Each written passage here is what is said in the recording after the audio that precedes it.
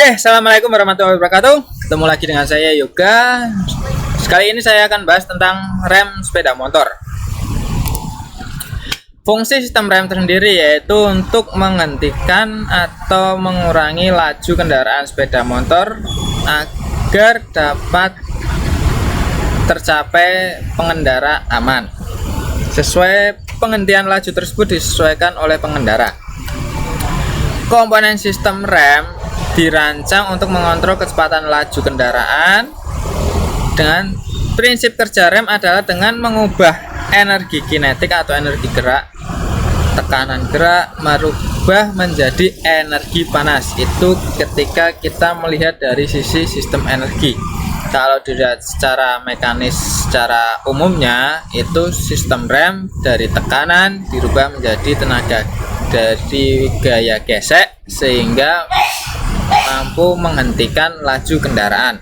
Sistem rem dibagi menjadi dua, yaitu sistem rem cakram atau disc brake. Yang kedua ada rem tromol. Untuk disc brake sendiri atau sistem rem cakram itu ada beberapa komponen yang bekerja. Yang pertama ada master cylinder, di mana master cylinder berfungsi untuk merubah gerak pedal atau tuas ke dalam tekanan hidrolis atau tekanan pada minyak rem. Master cylinder terdiri dari reservoir tank, tempat fluidanya, tempat minyaknya, dan ada piston rod. Nah, yang kedua yaitu ada rem cakram disc brake. Ini dari besi tuang yang ada lubang-lubangnya. Tentu lubang-lubang tersebut ada fungsinya. Yang pertama untuk tempat menampung kotoran, yang kedua untuk mempermudah proses pendinginan pada disc brake.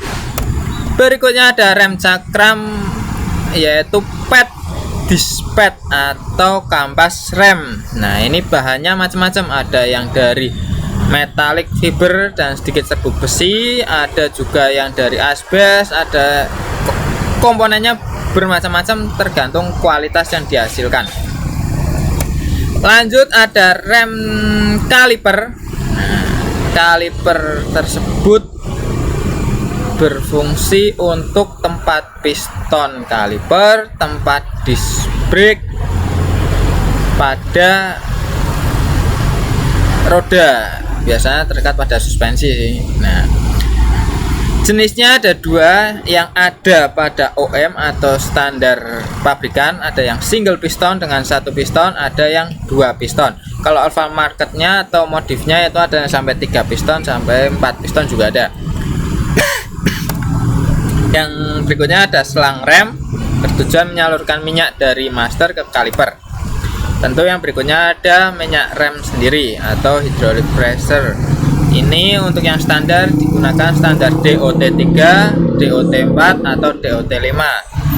DOT adalah Department of Transportation, yaitu Departemen Kabinet Federal Pemerintahan Amerika Serikat Transportasi, jadi standar dari Amerika. Cara kerjanya secara mekanis yaitu pertama tuas rem ini kita gerakkan ke belakang, kita tarik tuas rem menggeser piston pada master cylinder. Ini menghasilkan tekanan pada fluida hidrolik. Fluida ini tekanan disalurkan menggunakan selang menuju ke kaliper.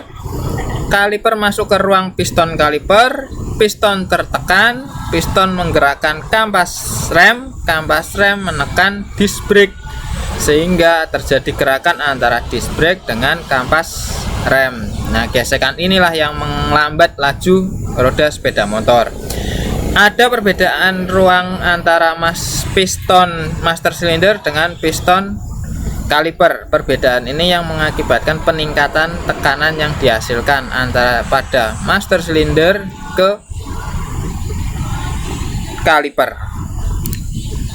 Nah, untuk sistem tromol sendiri itu bagiannya ada brake shoes, return spring, back plate, operating cam, washer, seal, operating level, pin ball. Tromol ini terdiri dari dua kampas atau sepasang. Kampas ini akan bergerak mengembang ke atas dan ke bawah sehingga menekan drum brake atau tromolnya sendiri sehingga terjadi proses pengereman. Nah, Dengan kemajuannya teknologi, ternyata pada sistem rem sepeda motor sekarang ada jenis rem CBS atau Combi Brake System, di mana cara kerjanya yaitu hanya dengan menggunakan rear brake handle, kamu menarik handle rem belakang, itu sudah otomatis menggerakkan rem depan dan rem belakang dengan kapasitas 40% rem depan, 60% rem belakang. Nah, itu berkat tambahan komponen yaitu namanya equalizer. Ini yang berfungsi untuk membagi tenaga pengereman ke depan dan ke belakang. Secara keseluruhan unitnya hampir sama, rem depan masih cakram, rem depan tromol, tapi hanya pada sistem penggeraknya hanya mengerem satu tuas rem belakang. Rem depan bisa bekerja, rem belakang juga bisa bekerja, sehingga dinamai Combi Brake System. Untuk yang berikutnya yaitu ada rem ABS, Anti Lock Braking System, anti pengunci ketika pengereman atau penguncian roda. Nah, secara kinerja atau cara kerjanya dibantu dengan sensor kecepatan roda yang terletak pada roda depan dan roda belakang. Sensor ini mengirimkan data ke ABS modul untuk mengetahui roda ini posisi berputar atau berhenti. Sisanya modul ini yang mengatur tekanan yang dihasilkan minyak atau hidrolik pada saat proses pengereman.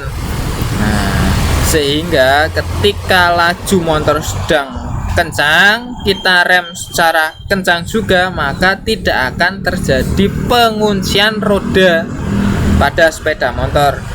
Penguncian dalam artian motor masih melaju tetapi roda sudah berhenti atau terkunci. Lah itu kan terjadi proses slip. Nah, proses slip itu yang membahayakan keselamatan, sehingga dari situ maka keluar sistem ABS sehingga mengantisipasi selagi motor itu melaju, roda tidak akan pernah terkunci sampai motor itu benar-benar berhenti. Oke, cukup sampai situ dulu untuk materi remnya. Yang jelas untuk rem ini pembahasannya cukup menarik dan masih dapat berkembang banyak lagi untuk improvement ke berikutnya. Terima kasih. Wassalamualaikum warahmatullahi wabarakatuh.